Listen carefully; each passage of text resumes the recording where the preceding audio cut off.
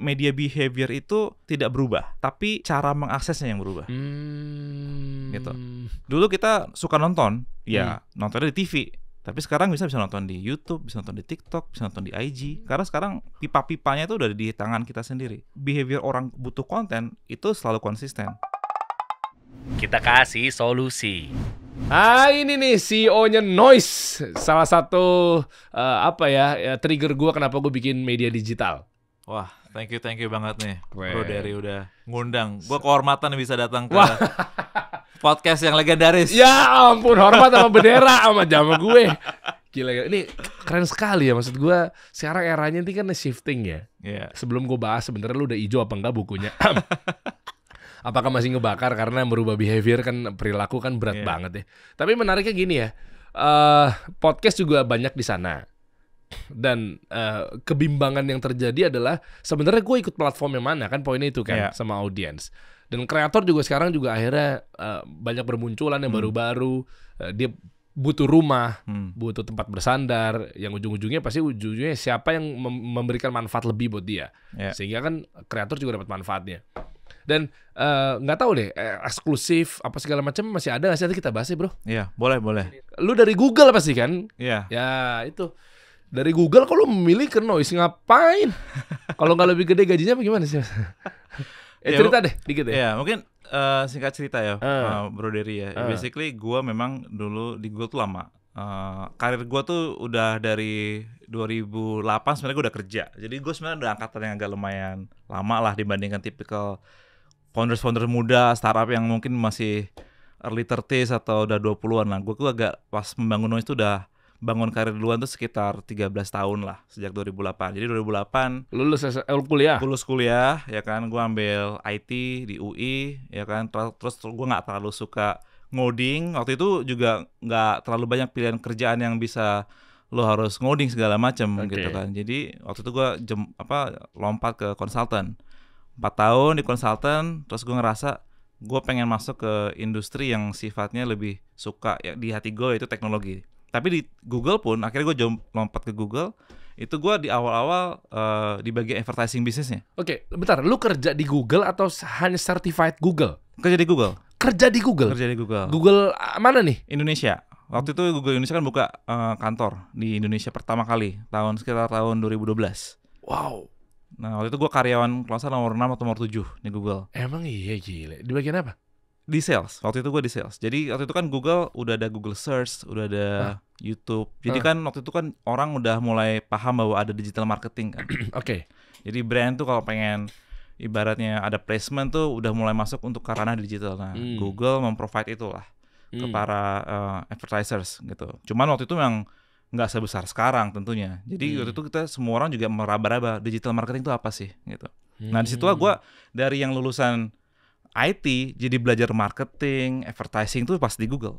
Jadi gue ngerti apa yang diinginkan sama brand manager, apa yang dibutuhkan sama sales segala macam tuh tujuannya apa. Nah, gue belajar itu di Google. Nah, di situ gue ngerti tentang aspek digital marketing dan segala macam, advertising.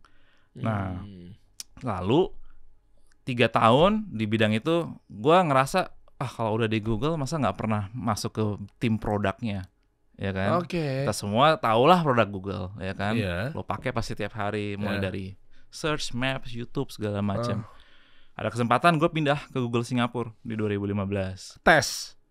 Ya di Google tuh ada sistem namanya emang job transfer lah. Dan kalau emang lo memenuhi kriterianya dan lo juga di interview di internal Google dan lo cocok, ya udah lo bisa pindah. Oh, cuma nggak dipaksa untuk dimutasi gitu, bukan? Enggak. Ngajuin aja? Sifatnya ngajuin. Oh, kalau enggak juga nggak apa-apa? Kalau enggak juga nggak apa-apa. Jadi emang kerennya di Google tuh. Jadi kalau lo bahkan nggak harus cuma Singapura. Misalkan lo ngerasa gue punya aspirasi pindah ke Google di Amerika atau di Eropa dan ada posisi yang cocok dan lo rasa lo punya capability-nya, lo bisa apply internal. Oke, dan lo berapa orang yang keterima akhirnya ke Singapura? Oh, di sana orang Google Indonesia pindah sana tuh lumayan banyak lah, tapi sebenarnya juga orang Indonesia di Google Singapura tuh ada sekitar 50-100 orang waktu itu ya. Tesnya apa? Interview. Oh, wow. Jadi waktu gua masuk Google pertama kali pun, Google tuh kalau role gua waktu itu hanya semuanya interview, tapi bisa 7 kali sampai 8 kali. Wih, gaji berapa sih? Iya, buat cerita aja, Google Indonesia lu digaji berapa? Waktu itu cukup besar lah. 2 digit. 2 digit, lah ya. 2 digit. 2 digit gemuk. 2 digit tengah lah. Tengah lah ya. Tahun 2012 waktu itu. Tapi memang ya Google salah satu yang secara company ya salah satu secara kompensasi yang paling oke. Gue bisa akui. Oke, dan kenapa lu nggak sabar bertahap? Siapa tahu kan lu tiba-tiba langsung jadi bagian apa di Google Global apa ya, Amerika ya, pusat lah ya, ya kan. Tapi akhirnya apa yang membuat lu akhirnya oke lah gue balik ke negeri lah, gue pengen majuin Republik inilah dengan Noise itu langsung kan transisinya ke Noise? Langsung Noise, ya. Boleh tahu kenapa nggak di sana aja gitu? Iya, jadi waktu itu sebenarnya juga waktu itu kan tahun 2020 lah ya, gue udah mulai ngerasa udah hampir 8 tahun di Google.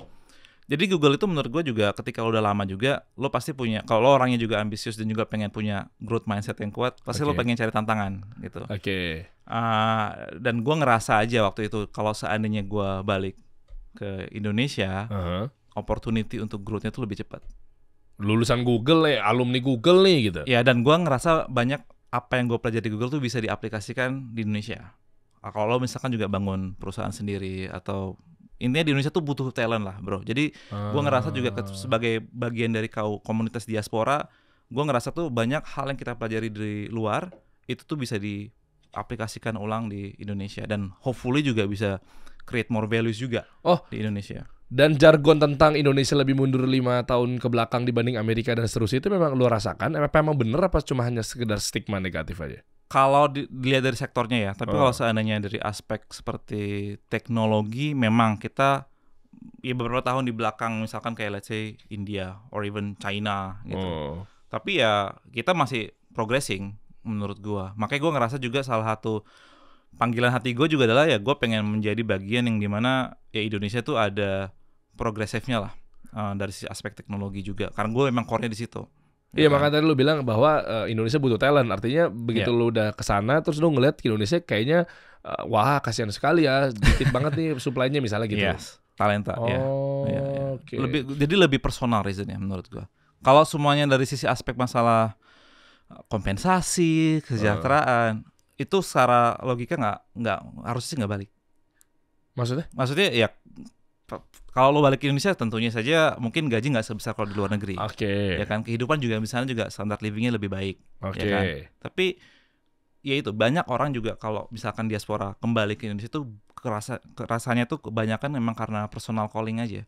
Ya mungkin pengen membuat sesuatu di Indonesia atau mungkin pengen kembali dekat dengan keluarga seperti itu. Nah, salah satunya ya gue alasannya itu juga, dan gue rasa itu bukan alasan yang salah. Seperti itu. Dan langsung ke Noise tuh lu nge-apply gitu? Ngelamar atau memang karena lu ada putra Indonesia yang pernah di Google, oke gue harus bidik nih, gue tarik nih, atau gimana? Ya kebetulan memang waktu gue di Google juga gue punya banyak network juga yang dimana gue dipertemukan lah sama opportunity dengan tim yang di grup Mahaka yang waktu itu Noise kan sudah ada sebenarnya kan sebagai aplikasi radio. Berapa lama jalan? Kayak dari 2018, jadi sebenarnya udah ada sekitar 3 tahun sebelum gue benar-benar mulai di Noise. Gitu. Terus? Tapi memang waktu itu kita ngobrol lah ya, dan mereka merasa ini sebenarnya Noise ini punya potensi yang lebih besar dari yang sekarang. Mau nggak lo dengan mungkin partnernya gue ya kan ikut untuk ibaratnya membangun Noise lebih besar. Dan waktu itu memang gue dan partner gue adalah orang yang udah di Google tuh udah hampir 10 tahun. Partner lo siapa? Namanya Niken, dia juga dulunya di Google. Jadi kita berdua tuh udah mulai karir di Google tuh hampir bersamaan. Jadi pas kita keluar Google juga udah bersamaan juga. Jadi tuh kita hampir 10 tahun di Google. Berarti lo masuk itu langsung CEO? Ya, gue masuk take role sebagai CEO, Niken sebagai Chief Business Officer. Lah sebelumnya katanya Noise sudah jalan terus nggak ada nakodanya? Ya waktu itu ada timnya juga, tapi kan waktu itu masih dinakodai oleh Bang Adri lah. Tapi kan Bang Adri juga butuh dibantu sama tim lain yang mungkin bisa benar-benar fokus di sini. Tapi kan Bang Adri banyak urusannya. Makanya tadi baru mau ngomong gue nggak pecah Bang. Iya makanya. Gitu. Makanya kita Bang Adri juga udah kita anggap mentor kita juga gitu kan. Tapi ya kita harus bantu juga di sektor yang dimana gue Niken bisa bantu Bang Andri gitu. Iya kan medianya kan waktu itu kan kita tahu gue sebagai anak radio analog atau konvensional, gue cukup membersamai menjadi penontonnya Noise saat itu. Atau mungkin waktu itu gue lupa udah ada namanya atau gaungnya. Kan kalau di radio ada PRSSNI kan, Persatuan Radio Swasta lah ya. PRSSN itu kan kita pasti tahu lah, tembok pun bisa bicara gitu ya. Wah, Mahaka. Ya kan, gue tuh grupnya MRA yang ada Hard Rock Tracks dan lain sebagainya gitu kan. Kalau di kalian kan ada Gen FM, ada Jack FM gitu, Mustang dan lain sebagainya. Mau bikin media digital, ya plus minus tuh. Sudut pandangnya ada yang positif, ada negatif. Gue termasuk yang salah satu bagian dari positivity, kayak ngeliat, wow, oke juga ya gitu ya. Sementara mungkin ada oknum-oknum yang lainnya yang berkata bahwa wah ini apa sih digital, media digital gitu-gitu kan. Nah cuma kalau gue ngeliat dari sebelah sudut pandang ini adalah kayaknya lu yang Indonesia ya, yang pertama ya untuk media digital. Ngomongnya apa sih, podcast platform, audio platform apa sih? Ya, kita sih bilangnya lebih mungkin ke podcast platform ya, karena emang orang tuh kenalnya Noise itu adalah sebagai podcast platform. Oke. Ya. Dan terkait audio video sekarang kita juga dua-duanya bisa gitu kan. Jadi memang awalnya emang hanya audio, tapi makin kesini juga kita mengikuti juga dengan behavior users kan. Kita kan nggak bisa terlalu ibaratnya hanya fokus kepada apa yang kita believe, tapi kita adalah juga preferensi user seperti apa. Jadi kita mencoba mengakomodir apa yang works buat target market kita gitu. Jadi ya audio video bisa, tapi in general kita adalah ya podcast and radio platform. Jadi kalau orang buka aplikasi Noise tuh yang dilihat adalah ada podcastnya, ada radionya gitu. Nah, lo tadi udah nyinggung mengenai behavior ya. Kita kerucutin bisnisnya boleh ya? Boleh. Nah kan mengubah perilaku konsumen dari zona A ke zona B yang memang ini adalah ternyata beda permainannya, beda gamenya, adalah itu kan pasti berat. Membutuhkan untuk mengakuisisi satu konsumen itu adalah pasti pakai budget.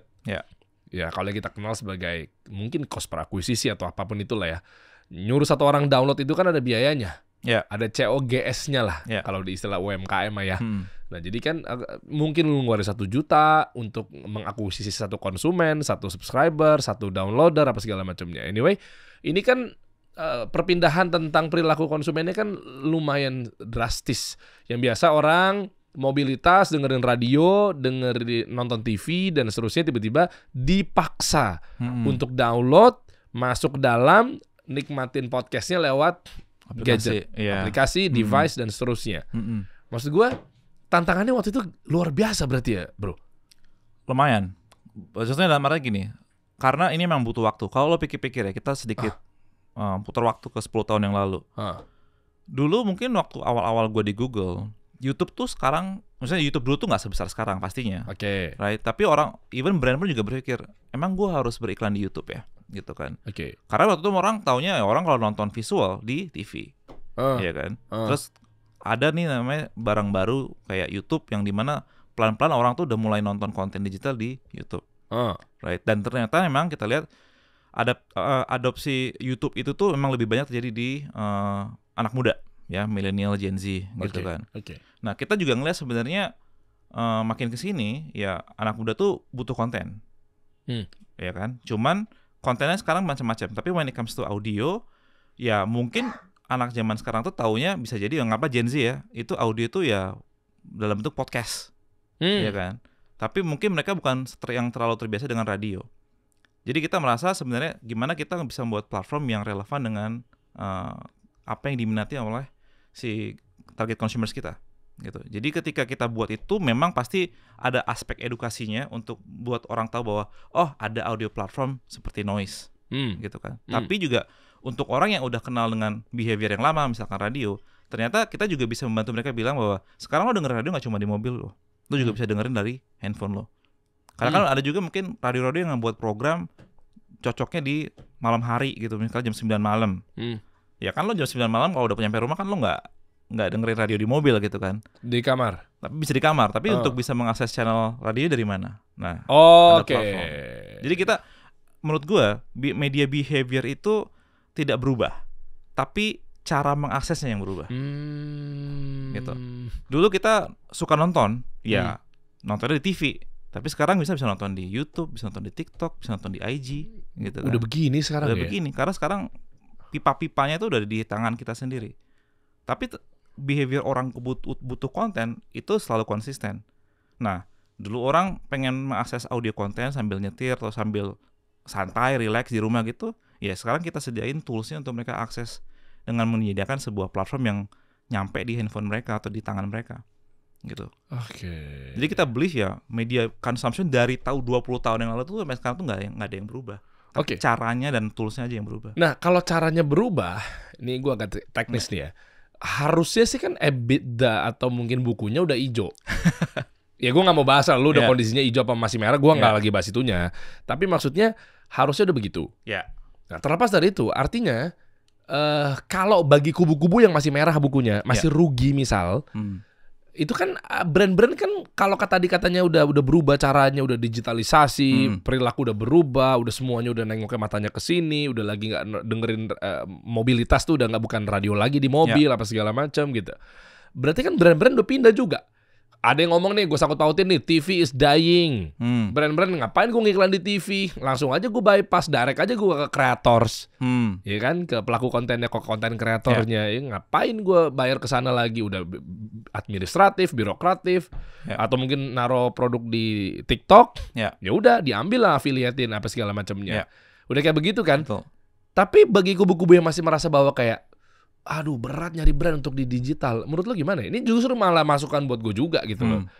Yang sampai sekarang pun juga kita sangat effort untuk nyari brand untuk mampir ke podcast kita, which is yang di media digital gitu. Menurut lo gimana? Cara memonetisasinya?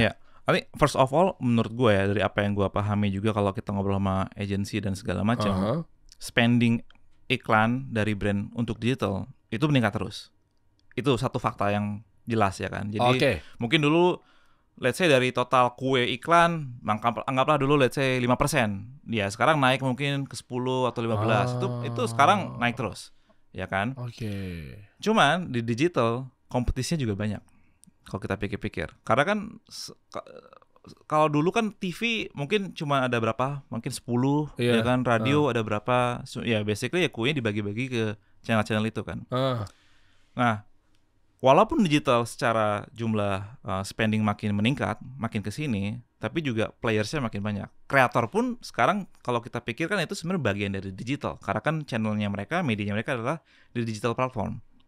Ya kan? Jadi ibaratnya ya kasih solusi ya juga akan punya competition dengan media lain dan lain-lain gitu kan. Jadi ya pada akhirnya walaupun meningkat, kue-kuenya juga harus dibagi-bagi. Oh ngerti gue. Jadi meskipun kreatornya nambah, kalau orang kan berdamba-damba gimana caranya masuk TV dengan casting sana sini dan seterusnya, sampai akhirnya punya program di TV, punya program di radio, nggak bisa tiba-tiba suara lu tuh memang vokal ini banget nih, apa namanya misalnya vocalable banget gitu kan, buletnya apa segala macamnya. Tapi tetap aja lu nggak bisa gujuk-gujuk tiba-tiba masuk ke ruang siaran orang gitu kan. Nah dengan banyaknya kreator, artinya kan demand-nya luar biasa nih. Jadi banyak pilihan nih di podcast platform lo. Atau juga memang masih sangat minor. Brand itu naruh duitnya. Nah itu juga satu hal juga. Apa lo megang data Nielsen atau apa gitu misalnya? Kita ada data sendiri juga. Berapa? Tapi dari sisi apanya? Pembelanjaan brand nih masuk ke platform digital. Terutama The Noise deh. Kalau digital sih 10%. Gua rasa udah lebih sih. Si belanja iklan ini. Iya, udah lebih. 10 zaman gua waktu di Google dulu awal-awal itu masih udah 5%-an, hampir 10% lah. Tapi kan belanja iklan mereka kan let's say 10% misalnya. Ya kan misalnya ada produk nih, produk apalah sebut saja misalnya gitu. Habis itu dia kan masukinnya ke digital kan dia belanjanya kan anggaplah dia bagian dari 10% itu kan. Nah, berarti kan tapi 90%-nya kan ada di TV dan di radio. Masih gede di situ. Masih gede dong. Karena pada akhirnya kalau ngomongin apa yang diincar sama brand adalah reach, ya kan? Dan kalau ngomongin reach, kita nggak bisa pungkiri TV masih sangat besar.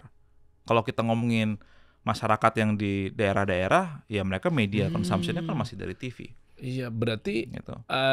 Gue nggak tahu, agak tajam nih. Berarti orang-orang di daerah-daerah atau mungkin jenjang segmentasi sekian lah, mungkin yang jauh sekali atau mungkin tidurnya pun juga tidak berdigital gitu ya kan tidak dekat dengan gadget, mungkin nggak tahu ini nggak tahu itu, belum update apa segala macamnya, nggak akan atau berat sekali atau mungkin lama atau nanti suatu saat nanti akan gue langsung sebut aja ya, dengan noise itu butuh proses panjang, butuh waktu. Podcast platform ini kita sekarang user baru 5 juta, total penduduk Indonesia 270 juta, masih jauh. Yang mengkonsumsi media TV masih tetap banyak. Jauh lebih banyak. Boleh tahu Tamsam? Kan penetration TV kan diklaim kalau di atas 90%. Oh, wow. Jadi sebesar itu reach-nya. Gitu. Kalau gue sebagai brand nih, kalau gue punya capital, gue akan tetap invest di TV. Kalau produk gue produk mass market. Wow, FMCG gitu. Ya kenapa juga the big FMCG juga masih di TV karena emang efektif. Oke. Terus lu sebagai CEO di sebuah podcast platform ya, Noise lah gitu ya. Berarti gimana gamenya, proyeksinya lo berapa tahun lagi secara forecasting bahwa ini akan sehat gitu? Kita mau secepat mungkin ya, hopefully dalam beberapa kuartal ke depan lah. Gue nggak bisa pastiin kapan karena ya gue nggak pengen disclose terlalu banyak. Tapi dibanding 1 atau 2 tahun yang lalu secara fundamental kita udah jauh lebih baik. Kan lo tahu sendiri, pasti kan kalau namanya startup di awal kan mungkin sangat burning gitu kan. Ya kita udah banyak rapiin lah 1 tahun, 1,5 tahun yang lalu, sehingga secara fundamental juga jauh lebih rapi. Sebenarnya gini bro, yang gue kenapa akhir kulik lebih dalam dan seteknis ini, gue nggak tahu nih penonton gue mudah-mudahan masih tetap mengimbangi dengan gue coba bahasa-bahasa gue turunin pelan-pelan apa segala macamnya ya, karena my audience adalah pengusaha pelaku kreatif yang baru lah, atau mungkin UMKM atau mungkin apa ya. Justru gue harus membersamai mereka, harus bantu mereka gitu biar nggak bingung nih obrolannya apa sih, terlalu digitalisasi sekali misal. Kenapa gue ngomong gini, karena di sini kan lu pernah denger gak sih istilah produk digital produk? Makanya ada banyak link yang buat jadi affiliate apa segala macam gitu kan. Anyway gini, gue tuh lagi ngebuka apakah ini menjadi peluang yang hijau, apakah ini menjadi taman-taman surga dan lain sebagainya. Kalau kreator-kreator menjadi satu kreator sukses atau podcaster dan lain sebagainya, kemana mereka harus berlayar gitu loh. Apakah lewat media digital? Atau mungkin mereka casting di TV, atau mungkin audisi di penyiar radio, tapi kalau balik lagi radio juga terjun payung dan seterusnya. Jadi gue pengen bantu mereka dari sisi biar mereka punya penghasilan. Artinya kan begitu. Yang ujung-ujungnya juga kalau memang ternyata inilah bisnis seksi, atau mungkin tahun depan diprediksi Noise udah hijau dan seterusnya gitu kan, laporan keuangan apa segala macamnya. Berarti kan jangan melulu kita mikirkan konsumennya terus-terusan. Itu itu penting satu. Tapi kan supply lo, produsen lo, kreator lo, kalau dia yakin bahwa oke, sekarang gue hadir di podcast platform, media digital, gue masuk ke Noise gitu kan. Ataupun sebaliknya, kalau mereka tiba-tiba semua pada tarik kontennya, ya kan ini kan kita harus bangun ekosistemnya nih. Betul. Ya semua saling membutuhkan lah istilahnya. Gara-gara mungkin digital susah nyari duitnya, gue ke TV lagi deh. Atau mungkin bukan lagi bahasanya, gue TV aja deh. Nah jadi makanya gue setajam ini gue pengen kulik nih sebenarnya. Yang ujung-ujungnya ya supply demand harus tetap tumbuh dan mempercayai kalau dengan obrolan di sini ya pasti sangat subjektivitasnya dengan ya ayo kreator masuk ke Noise. Kalau ngomong bisnis lo ya. Betul. Kan ujung-ujungnya begitu, atau masuk ke podcast platform. Nah makanya gue pengen tahu nih udah segimana sih industri media digital ini gitu loh.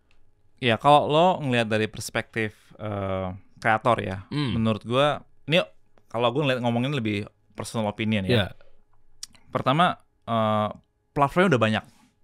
Mau main di video long form kayak YouTube udah ada, mau main audio platform kayak let's say Spotify juga bisa, mau short form kayak TikTok atau Instagram Reels itu juga udah ada gitu.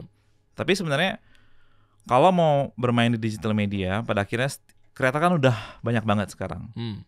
Dan gue berkesimpulan bahwa seseorang tuh harus punya 2 hal. Pertama adalah niche-nya mana? Niche-nya apa? Kalau lo buat konten sebagai kreator, niche lo apa? Kalau mau dikenal sebagai kreator, let's say bisnis dan karir, atau kreator dalam bidang beauty, atau kreator dalam bidang family, whatever, ya itu satu. Ya kan? Kedua adalah value konten yang lo buat itu apa? Apa yang lo harap orang dapatkan dari konten lo, gitu kan? Itu value yang di-create kan. Nah, ketika 2 itu sudah ada, pada akhirnya tools platform tadi adalah pilihan lo untuk ibaratnya satu distribusi, kedua monetisasi. Tuh catat tuh, ini satu peluang juga nih. Meskipun siapapun bisa sign up di Noise misalnya. Bisa, betul. Tapi untuk exclusivity-nya beda sendiri. Betul. Jadi setiap platform tuh punya peranannya menurut gua. My personal opinion, platform yang besar seperti YouTube, IG, TikTok tuh adalah untuk membesarkan juga nama lo sebagai kreator dan mendapatkan audience yang lo target, which is yang niche tadi itu kan. Orang-orang yang suka bidang ini atau topik ini. Dan juga mereka udah melihat, oh value konten lo ini gitu. Nah, Noise itu pun sebagai platform hadir juga sebagai channel media digital yang dimana selain lo bisa juga naruh free content, tapi lo juga bisa naruh paid content.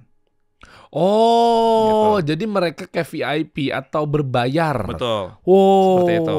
Lu bisa ceritain tuh, kira-kira ada yang mungkin belum nyampe waktu 3 hari atau belum nyampe seminggu tapi penghasilannya ratusan juta misalnya? Ya, jadi kita udah ada beberapa puluhan kreator lah yang udah ibaratnya mulai menjual VIP konten yang mereka di Noise. Dia awalnya juga kreator di YouTube, kreator di platform yang lain yang lebih besar.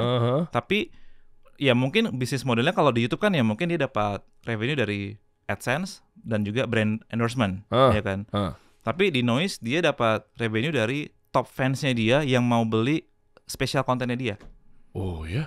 Yang hanya bisa diakses oleh orang-orang yang mau inilah support dan juga mungkin bayar gitu. Oh, jadi ada fitur kayak dikunci gitu? Iya, digembok. Paper Digembok. content istilahnya. Kayak IG kan juga punya tuh ya. Betul. Sengaja diposting kalau kita nggak langganan di dia, Iya. bayar mungkin 20.000, 100.000 per bulan. Dan itu biaya itu atas dasar apa nih? Dari kreatornya sebebas mungkin atau Iya. memang ada satu suggest dari Noise? Dari kreatornya sebebas mungkin. Jadi kita believe bahwa kreator yang tahu komunitasnya dia. Ya kan? Dia kreator yang tahu audiensnya dia siapa dan kurang lebih mungkin kalau seandainya mereka mau bayar, berani bayarnya atau mau bayarnya berapa. Gitu. Dan itu bervariasi. Ada yang mungkin dari 10.000, 20.000 sampai yang mungkin 500.000 juga bisa. Coba gitu. contoh dong, berapa harga jual si VIP itu? Yang dari top 5 dari Noise aja deh. Top 5-nya Iya. sekarang siapa sih? Nomor 1 siapa? Ini ya, Trio Kurnia ya? Trio Kurnia ada, Musuh Masyarakat ada, itu Scary Things yang horror juga ada. Jadi Trio Kurnia itu komedi, ya kan, Musuh Masyarakat juga komedi, Scary Things itu horror. Itu rata-rata mereka kontennya dijual di Noise itu sekitar 15.000 sampai 20.000 per konten. Banyak. Berapa? Ada yang pecah rekornya dalam waktu Yang berapa? mungkin gue mesti kasih case yang baru-baru ini nih, dia YouTuber, ya kan? Oke. Ya basically udah besar lah di YouTube. Ya bukan yang besar banget kayak yang puluhan juta subscriber atau jutaan subscriber. Dia mungkin baru 300.000 subscriber, tapi dia memang punya community fans yang benar-benar support mereka gitu. Apa industrinya? Bidangnya horor. Horor. Iya. Jadi dia buat special content di kita dan dia benar-benar nunjukin bahwa ini special content yang ada hubungannya dengan konten yang juga dia taruh di YouTube. Jadi orang juga penasaran. Terus dia ngebuat konten ini sangat spesial, lama 3 jam ya kontennya. Jadi benar-benar fans tuh ngerasa ini special treatment banget nih kontennya. Jadi gue pun kalau seandainya beli itu worth it. Wow. Nah itu dia kemarin basically dia dalam 48 jam dia tembus itu 100 juta. Wow. Iya. Dahsyat. Harga berapa satu Dia satu jual video? 25.000. 25.000. Bagi ayo tuh 100 juta bagi 25.000 berapa pieces itu yang nonton? Berapa viewers? 4.000-an. Itu dalam 4.000. ya dalam 48 jam pertama. Dahsyat. Tapi makanya kita beli bahwa sekarang itu creators tuh memang ya mereka punya value-nya sendiri, niche-nya sendiri. Tinggal bagaimana mereka juga bisa ibaratnya inilah ya, membuat community-nya juga merasa spesial. Dan community ini juga pada akhirnya mereka merasa spesial dengan kreatornya peduli dengan mereka dengan konten-konten yang menarik gitu. Gitu. Oke. Dan Jadi, itu juga terjadi pada Coki Muslim di Musuh Masyarakat. ya Coki Muslim dan yang lain-lainnya. Semuanya dia. Mungkin kalau orang-orang 2 orang itu yang sangat sekali mencari uang, berarti kayak semuanya VIP kayaknya dia. Iya dia semua VIP. Sudah kuduga Anda. Iya. Dia semua VIP. Semua VIP. Jadi nggak ada yang konten gratisannya ya? Nggak ada. Oh. Itu decision mereka juga. Dan kita hormati itu. Jadi kalau mereka ngerasa audiensnya emang mereka mau buat spesial dengan cara berbayar all the way ya setuju you go ya. ahead. Jadi memang nggak melulu dari sisi kreatornya memang mata duitan, bukan. Tapi justru itu adalah bentuk value mereka. Iya. Karena ngejaga loyalitasnya dan seterusnya ya. Betul. Kalau lo mau jadi bagian dari kita ya lo support, lo hadir dan seterusnya kan. Betul. Dan gua ngerasa emang ya harus di-maintain aja sih. Sebagai kreator ada yang free, ada yang berbayar. Ya intinya pada akhirnya ada 2 segmen aja di community-nya atau di audiensnya mereka yang mereka pengen keep kan. Ini kita ngomong kreator ya, berarti lu tuh eksklusif kreatornya, nggak boleh ke platform yang lain. Enggak, kita nggak. They can go anywhere. Oh. Jadi makanya kayak tadi tuh yang kreator horor dia juga ada di YouTube. Jadi kita malah memposisikan Noise itu sebagai platform yang melengkapi dari apa yang mereka juga miliki di tempat lain. Kasih solusi ada di YouTube, ya kan? Ada mungkin di platform lain juga, tetap juga bisa buat di Noise. Cuma di Noise treatment kontennya beda. Betul. Atau bisa gini nggak? Nih gue buat siapa tahu ada masukan buat teman-teman kreator atau YouTuber ya. Misalnya gue bikin konten kayak sekarang nih. Ini gue asal kreatifnya aja lah ya. Bikin konten tiba-tiba ada satu cuplikan yang mungkin color bar gitu cuma ini menandakan bahwa konten yang kalau lu pengen dapat unsensornya lu bisa ada di noise misalnya. Set tiba-tiba itu bayar di situ bisa. Iya. Salah satu YouTuber yang lumayan rame kemarin juga kayak gitu. Jadi dia punya konten 2 jam. Wih, asik juga tuh ya. 1 jam 20 menit pertama di YouTube, sisanya yang special partnya ditaruh di Noise. Jadi begitu nonton, nanggung, kentang. Dim, bikin. Nanti setiap di ujung obrolan nanti gue bridging dulu ya kan, gue pancing tang, tiba-tiba muncul banner, full version on Noise misalnya. Betul. Wow. Jadi kita melengkapi role-nya. Terus jadi sekarang responnya ngeselin lo Der gitu. Makanya menurut gue sih emang dibuat special treatment-nya yang lo juga merasa audiens lo juga bisa ngerasa support gitu.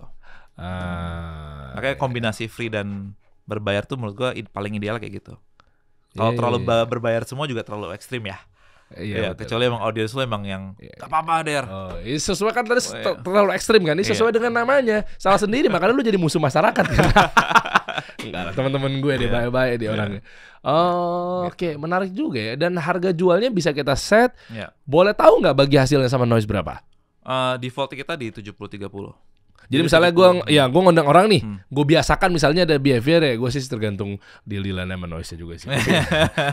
Jadi semua konten gue nih, ya kan, terserah lah pokoknya gue milik lo lah misal, terserah lah mau diakatkan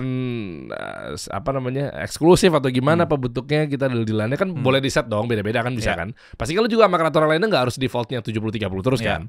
Nah, ya gue mau ntar pokoknya di 10 menit terakhir, 15 menit terakhir yang pas lagi bagian, misalnya gue buat 2 part. Part pertama adalah inspiration, part kedua adalah education. Pas masuk ke education, misalnya gue ngundang seseorang, terus bagaimana sih cara memulai bisnis lo tuh sampai akhirnya lo sekarang namanya besar gitu ya. Gimana cara memulai bisnis F&B dari nol? Prot! Nah, kelar deh tuh. Benar. Edukasinya di sana. Pokoknya setiap yang how to ke sana misalnya. Betul. Yang lo ngerasa value-nya tuh relatif lebih tinggi, taruh sana. Gitu. Abis itu nggak tahu gimana bentuknya, pokoknya gue deal sama lo bulanan cair sekian. Sistemnya bulanan. Iya, bulanan. Paling gede ada yang berapa? Nggak usah sebut sama programnya deh, show-nya deh. Tiap bulan berapa mereka revenue-nya? Ratusan ada. Ratusan juta. Iya. Itu pada akhirnya itu gue juga amazed there, to be honest. Wow.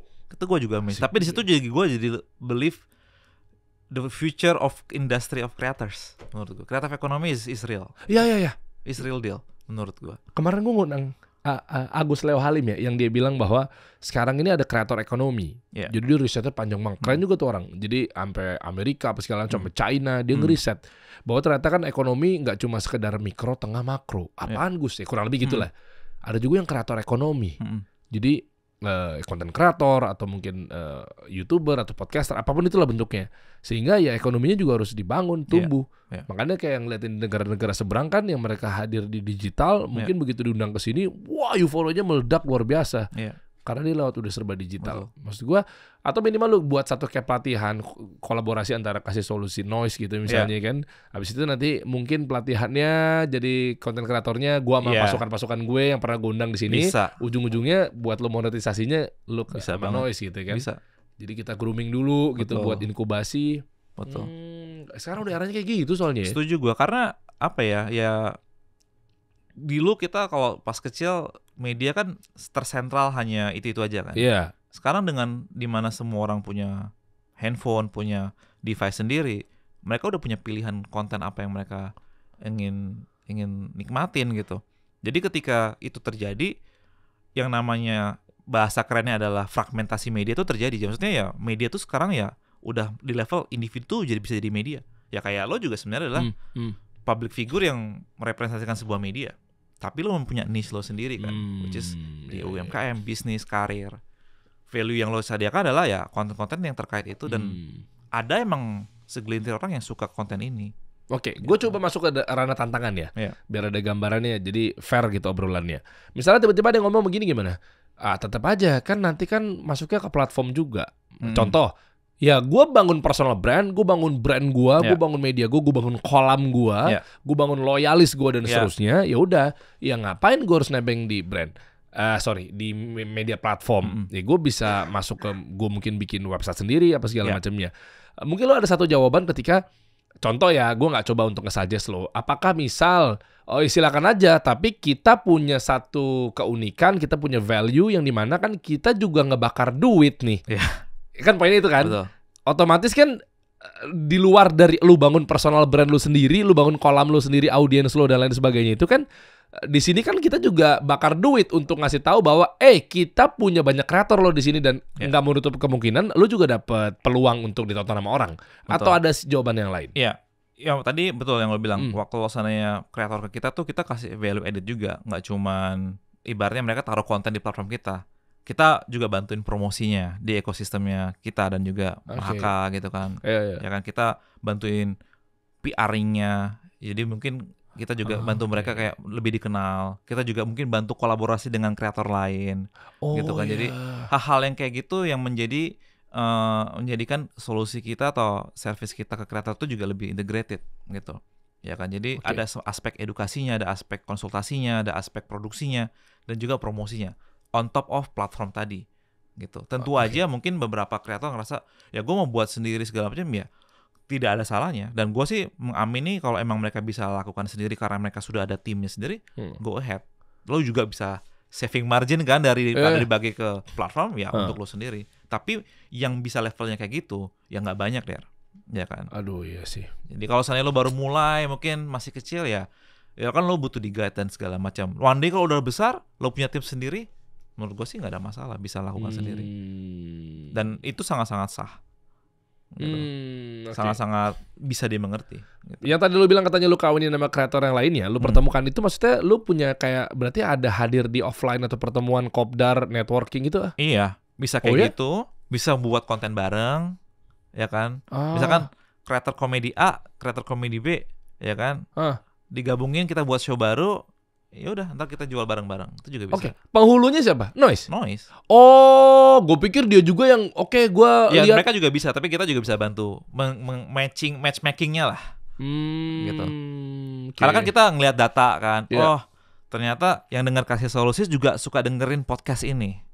Ya kan. Kalau bilang, Der, mau nggak kita collab Kasih Solusi sama ini, kita buat let's say program baru sama ini apa gitu. Itu possible. Itu the beauty of digital kan, karena lo bisa kurang lebih melihat pattern behaviornya orang seperti apa. Ya sama lah kayak YouTube, lo disuggest lo nonton ini juga ya karena mungkin ini nyambung dengan apa yang lo tonton sekarang. Gitu. Nice. Dim, tolong dong bukain sosial medianya Noise. Gue pengen tahu deh Noise ini udah sampai mana nih. Itu bukan yang tengah tuh. Ya kan, coba lihat followersnya. Udah juga ya. Lumayan lah. Wih, lumayan. Noise sekarang ada videonya, iya lagi. Iya. Wah, Noise, jadi mau dengerin podcast atau nonton podcast bebas sesuai pilihanmu.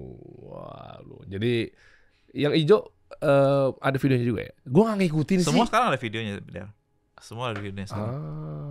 Semua platform. Semua platform ya. Jadi, tapi nggak semua platform ada audionya. Iya kan. Nah, Noise ketika lo butuh on screen. Ketika lo butuh off screen, sambil misalkan lo lagi naik kereta atau lagi nyetir atau lagi jogging, lo bisa tetap dengerin konten. Jadi diminimasi itu? Ya, basically lo bisa pilih switch audio atau video sekarang yang lo pengen nikmatin. Gitu. Itu ngaruh pasti ke data ya? Ya. Pakai data ngaruh. Banyak user yang ngerasa gue pengen lagi saving data, gue audio aja. Sudah memenuhi apa yang gue butuhkan kan, ya udah. Gue nggak tahu nih apakah ini sudah panggilannya karena belakangan ini juga ada yang DM yang banyak banget kayak bang lo nggak ada di podcast platform apa gitu. Iya kan? Betul. Ya itu. Emang kenapa ya bang? Iya bang, maksudnya gue dengerin lo lagi di kereta di mana-mana agak susah ini. Alasannya juga. Itu. Kuota ya gue bercandain balik ya modal makanya. Dia ketawa. Iya. Alasannya itu data sama ini behavior. Kalau lagi kayak tadi itu lagi nyetir atau lagi lari, ya kan nggak bisa lihat handphone. Tapi tetap pengen dengerin lo. Tapi kalau tiba-tiba obrolannya message-nya tuh sulit dimengerti kalau lewat audio, misal contoh kayak terlalu visualitatif. Kan tahu ya dulu kan Bener. kalau di Rumus Radio kan kita jadi penyiar jangan terlalu visualitatif nih. Iya. Jangan bilangnya tuh lihat Iya, apaan yang apaan, dilihat orang bener. audio doang gitu. Iya, Itu bisa langsung ganti tuh. bisa. Lagi di kereta lagi santai. Nih. Maksud gue tuh gambarnya yang Iya, ini gitu kan. bener. Si kreatornya ngomong gitu kan. Iya. Dia bisa langsung set Iya, buka Klik. lagi lihat. langsung versi yang video. visualnya nggak ngulang lagi dari awal. Yang ulang lagi dari awal. Oh, oke. Makanya kita believe bahwa platform tuh ngikutin user behavior, jangan kebalikannya. Ya. Jadi disitulah lo jadi punya product market fit kan. Gitu. Oke. Sign up gratis ya. Kenapa? Sign up gratis. Oke. Coba lihat sekarang di bawah lu lagi ada campaign apa sih sekarang?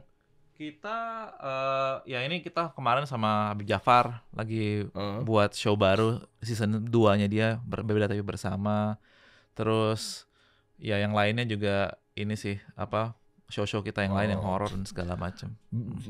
Industri bisnis dan karir di sana oke nggak penontonnya? Oke, kita baru launching sosial media kita yang kedua namanya Kelas di Noise. Ngomonginnya bisnis, karir, investasi, konten kreatif. Ini si Rado kagak ngajak-ngajak gue malu. Justru gue datang sini pengen ngajakin lo. Gitu deh. Ya kan? Padahal kan ini kan tempat nongkrongnya para pengusaha dan channelnya pengusaha loh. Exactly. Mereka tuh jangan ngaku pengusaha kalau belum nonton Kasih Solusi dan belajar di sini loh. Makanya gue datang sini. Oh iya. Okay. Tapi nggak apa-apa, ini open aja. Ada nggak yang ber-VIP digembok, jual harganya yang mungkin kan kalau ini kan signifikan ya, mungkin agak lebih tinggi karena memang ilmu yang kami pun juga di sini juga orang-orang yang belajar. Bener. Dihargain aja ilmunya, dihargain waktunya. Mereka duduk di sini mungkin udah kayak lo gitu, udah berapa tahun di Google apa segala macamnya. Ketika lo punya insight kan mungkin berbeda tanpa mengecilkan genre tertentu ya. Bukan berarti kan berarti kalau gitu nanti industri komedi berarti murah. Bukan. Tapi yang gue lihat dari effortnya aja sih sebenarnya. Misal itu ada yang lebih mahal jual mungkin 300.000, 400.000. Ada. Jadi memang kalau kita lihat segmen ada dua. Kalau segmen yang mass market yang suka entertainment, volumenya besar, jumlah yang beli, tapi price point-nya lebih kecil. Ya kan? Ya mungkin puluhan ribu tadi. Tapi kalau masuk ke industri yang lebih profesional, upskilling, education, itu volumenya mungkin tidak sebesar mass market, tapi price point-nya bisa jadi lebih puluhan kali dari yang itu. Ini maksud gue. Nah, jadi kita di yang kelas di Noise itu konten-konten yang sifatnya professional education kita taruh di situ. Siapa aja sih yang sekarang akhirnya sudah termonetisasi dengan baik di Noise gitu? Yang gue lagi ngobrol tentang satu ke audiens gue, satu lagi tentang kemarin kan David Noah kesini kan? Iya. Nah, dia juga pernah buat event sama kita, recording eventnya itu juga ada di Noise. Gitu. Terus kemarin ada YouTuber yang di bidang financial literacy juga dia buat event, kontennya juga ada di Noise. Gitu. Jadi kita ngeliat intinya selama kontennya memang punya value yang sifatnya terkait bisnis, edukasi, bangun karir, itu banyak minatnya juga. Memang kita sengaja bedain sosial media biar ngumpulin komunitasnya juga jelas gitu kan. Nah, memang ketika masuk ke konten ini ya itu udah di level mereka mungkin buying powernya itu udah di atas 100 ribuan. Nah itu maksud gue kalau gue jual misal 399.000 misalnya apa segala macamnya itu isu nggak gitu loh. Sementara kan tadi lu bilang sih segitu. Normal ya? Iya, normal sih. Sementara kan tadi lu bilang ada behaviornya yang 20.000, 25.000 gitu. Nah itu bukan behavior yang lo target kan untuk konten yang kayak gitu. Iya, gitu. Jadi emang kita ngelihat, maksudnya gini, kita kan udah hampir 1 juta transaksi ada di Noise. Jadi kita tahu pattern orang beli tuh apa, price point yang kayak apa, konten kayak apa. Nah kita tuh udah ada business intelligence-nya lah dari sekian banyak data yang kita proses, patternnya udah ketebak gitu. Jadi ketika kita ada partner kreator nih, konten gue terkaitnya professional education atau enggak bisnis, ya kita bilang, oke, kontennya kayak apa segala macam, kita bisa ngasih suggestion. Ini mungkin range price point-nya segini sampai segini. Oke, ini menarik ya. Ada yang poinnya gimana ngomongnya?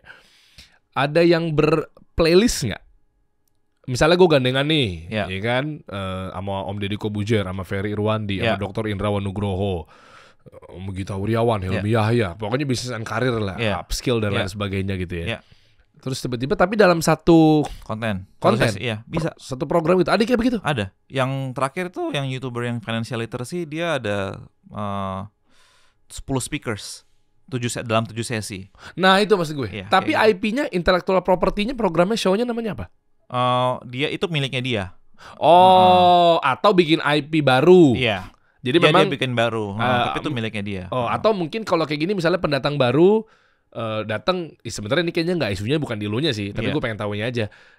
Kita gabungan, Ya. kita bikin satu program show, Iya. namanya ini, tapi di dalamnya tuh ada banyak lagi acara-acara kayak program kayak TV deh, Iya. ya kan?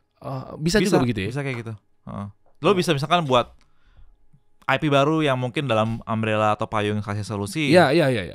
Pembicaranya ABCDE gitu. Iya. Bisa. Maksud gua nggak melulu mirroring iya yang tadi Iya, yang yang masalahnya tadi, betul. sisa 10 menit, Iya, 15 menit iya. itu masalahnya. Tapi misalnya gue bikin namanya kasih solusi TV, tapi Iya. di dalamnya tuh ada banyak kontributor, ada banyak kayak show, kayak kalau di YouTube kan ada Majelis Lucu Indonesia kan banyak acara program-program itu. Betul. Punya kawan-kawan kita itu tuh. Iya. Oke. Bisa kayak gitu. Lo ada program baru lah yang dimana lo pengen ini target marketnya emang orang-orang pengen belajar. Oke, berarti di judulnya aja nggak perlu kayak ada dibikin list Iya. playlist gitu ya. Iya. Tinggal Iya. Terus kontennya taruh di Noise tuh bisa gitu. dibantuin cari brand juga nggak? Ya bisa. Gue pengen tahu dari seluk beluknya. Maksud gue Iya. kenapa harus punya asing kalau lokal punya? Ya elah. Ya karena dicariin brand maksudnya terkait ini kan advertising yang gitu kan. Iya. Iya. Jadi kita ada sales team juga. Jadi makanya salah satu aspek value yang kita kasih ke kreator juga kalau mereka berkenan dan mereka ngerasa mau dibantu untuk dicariin brand, kita bisa pikirin juga untuk brand apa yang kira-kira cocok dengan program yang mereka. Iya, ya meskipun bukan targetnya buat lo gitu. Iya. Ya, tapi maksudnya bukan berarti yang oke tenang aja kita ada kepastian di sini enggak. Tapi kita nggak, maksudnya iya. minimal bukan berarti kita jadi sebagai kayak gue di YouTube.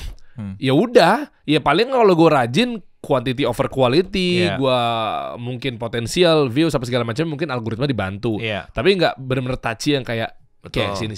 Iya. Ini lu mau apa sih sebenarnya? Betul. Makanya Noise tuh mencoba memposisikan apa yang nggak dapat di platform yang luar, yang besar.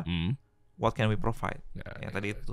Narasi gue kan membantu UMKM, membantu Lokal ekonomi brand. lokal brand dan Iya. seterusnya. Betul. Masa pakai asing sih. Makanya kita juga punya tim sendiri yang dimana ketemu ngobrol, yang orang jadi ngerasa itu penting loh buat kreator kadang-kadang. Oke. Nggak cuma sekedar taruh di platform doang, tapi platform ini ada orangnya nggak yang gue bisa ajak ngobrol, yang bisa support gue. Nah, yang kita lihat ketika si platform juga memprovide itu, menyediakan itu, mereka juga merasa dimengerti si kreatornya. Oke. Gitu. Mantap ya. Total berarti berapa kreatornya di tempat lo udah Oh kalau total sih kita udah ratusan ya. ratusan ribu? Iya. Enggak, Enggak, ratusan. kalau total podcast yang diupload di Noise udah lebih dari 10.000. Ratusan tuh adalah? Ratusan itu adalah yang sifatnya yang kita engage. Oh, wow. Dan dalam bentuk yang sifatnya high touch lah, yang ketemu kita bantuin buatin show Oke. komersial dan segala macam. Biar lebih proven lagi, biar lebih meyakinkan lagi untuk memancing kreator yang lainnya misalnya agar ada peluang di sini dan mereka harus yakin bahwa sekarang dunia sudah berubah lebih ke digitalisasi. Ya. Adalah kira-kira gue tebak ya, lu bilang aja di atas apa enggak. Kreator-kreator tadi adalah dari total yang ada di sana. Apakah nilainya cuma 1% yang ternyata menghasilkan duit? Lebih lah kalau 1%. Oh, ya? Maksudnya kalau seandainya dari sisi total creator yang kita iya, manage, dia mendapat betul-betul mendapat manfaat ketika Iya. gue join di platform gitu. Iya. Terlepas nilai manfaatnya berapa ya? Iya. Iya, itu lebih dari 1%. Oh. Karena kita kan kreator kita juga yang kita manage kan nggak sebanyak itu. Iya, kan. enggak, maksud gue kenapa gue angkanya 1, kenapa lu kecil banget sih Der, misalnya ngomong kayak gitu. Oh bukan, sekarang YouTuber, orang sign up di YouTube, total members, ngomongnya apa ya? Total, Itu kreator, YouTuber. iya kreator Iya. ya, YouTube kreator aja kan berapa dan berapa yang kayak Mr. Beast, berapa Iya. yang kayak Corbuzier misalnya kayak gitu kan. Itu kan mungkin 0,sekian% atau mungkin 1% gitu. Makanya tadi gue acuannya itu. Iya. Kalau memang ternyata signifikan, persentase berani lu kasih nggak berapa? Total Iya. yang beruang sekarang. Gua nggak ingat angka pasti Oke, pastinya, tapi iya. menurut gua kreator yang udah ibaratnya mulai buat VIP sama kita, they make money from us, from Noise, gitu. Asalkan emang dia juga udah punya ini ya community atau audience di luar Noise. Itu. Itu dulu intinya. Betul, berarti pas kolaborasi di grooming sama klub kita, Iya. baru nanti sekalian kita obrolin yang rencana gue sih. Iya. Ya, gue sih ada satu konsep yang 2025 nanti Yes, tahun depan. boleh. Nggak tahu lu mau bareng apa enggak. Iya. Ya terserah lu sih daripada gue dicaplok sama asing. Langsung gitu, langsung ngancem. Gerakannya udah banyak lah. Iya. Mayoritas atau bahkan kayaknya hampir semuanya yang pernah duduk di sini karena Iya. kita pengen buat sesuatu Iya. di bisnis sama karir ini gitu loh. Betul. Sayang kalau kita nggak kawin kan, ini kan selama ini kan sendiri-sendiri. Gue coba menginisiasikan kayak bahasa kasarannya, udah ngumpul yuk, gabung yuk, nggak usah saingan deh, kasarnya gitu. Ayo kita kawin deh, kita bikin apa kek. Ternyata gue pikir mereka kayak ntar aja deh, udah lu duluan deh. Ternyata kayak justru ayo gitu. Gue pengen ngidupin bisnis sama karir. Ujung-ujungnya gue pengen berkontribusi buat Indonesia Emas 2045. Kita semua. Menurut gue ya, satu aspek yang gue rasa ini karena gue pernah tinggal di luar negeri juga. Kekuatan kita sebagai masyarakat Indonesia adalah semangat kolaborasinya. Kita mungkin punya media beda-beda gitu kan, tapi sebenarnya ketika ada kesempatan kolaborasi, itu kita siap ngebantu satu sama lain.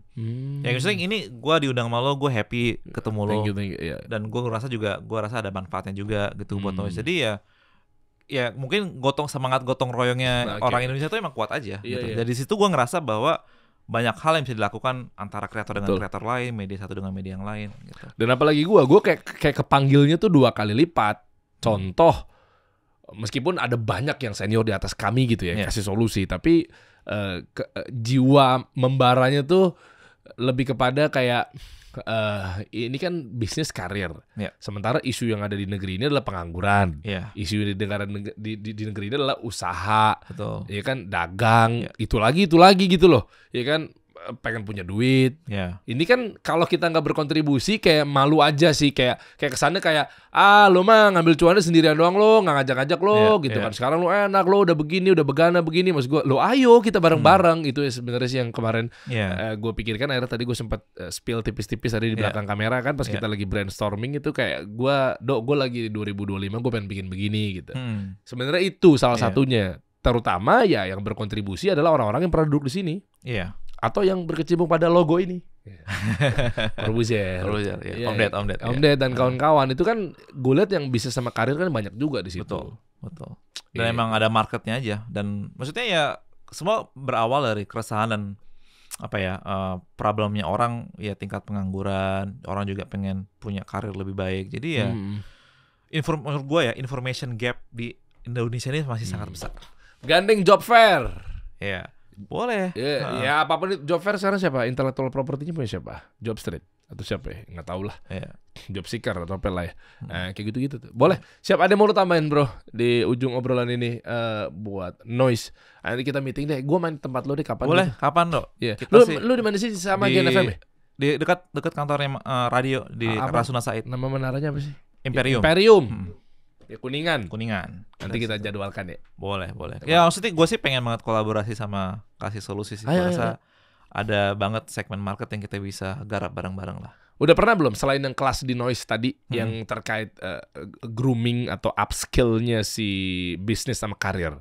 Yang kelas di Noise itu juga baru 3 bulan terakhir bro. Jadi masih baru banget. Tapi offline dan juga online gitu. Jadi online dalam artian konten yang on demand-nya ada di Noise. Tapi workshop gitu, pelatihan? Bisa workshop, bisa dalam bentuk kelas, bisa dalam bentuk ibaratnya event workshop atau seminar gitu. Tanpa dikasih tahu obrolan kita tadi, tapi nggak apa-apa jujur aja. Gua nggak pengen ngerasa paling si OG atau paling original gitu. Enggak. Tapi yang tadi kita obrolin, lu udah pernah bikin kayak begitu? Belum. Wow. Itu belum. Tapi kabarin gua kalau ini seksi, lu pelajarin dulu. Kalau enggak, lu nggak usah nge-tap gua juga nggak apa-apa. Karena yang tadi lo bilang itu, menurut gue tuh bisa ada kombinasi secara bisnisnya tuh dari brand bisa, dari orang yang mau belajar bisa, jadi menarik menurut gue. Investors, wow, boleh lah. Karena target marketnya clear. Nanti kita ngobrol-ngobrol kepo kan. Aku barusan meeting colongan dong. Nonton aja ya. Nanti tungguin aja. Nanti jadi pemain aja kita bareng-bareng. Tenang, diajak tenang aja deh. Gue tuh pengen nanti di situ itu gue launch guys, siapa gue gitu ya. Pengen tiba-tiba gitu. Gue sengaja saat ini lagi menimbang-nimbang gitu. Kayak gitu aja. Sebenarnya bukan menimbang-nimbang yang gaya lah, enggak lah. Tapi lebih kepada visual. Masalahnya di situ. Kan waktu itu kan lu audio semua. Sekarang udah bisa. Sekarang udah bisa. Mantap. Gitu lah. Nanti kita bahas lebih lanjut. Kasian mereka udah nanti makin kepo lagi ya. Tahun depan insya Allah kalau lo mantengin Noise terus, bisa jadi terangkainnya gue ada di situ ntar. Sembari kita ngomongin dengan tahun depan, ya kita lihat dulu lah. Kita kasih solusi.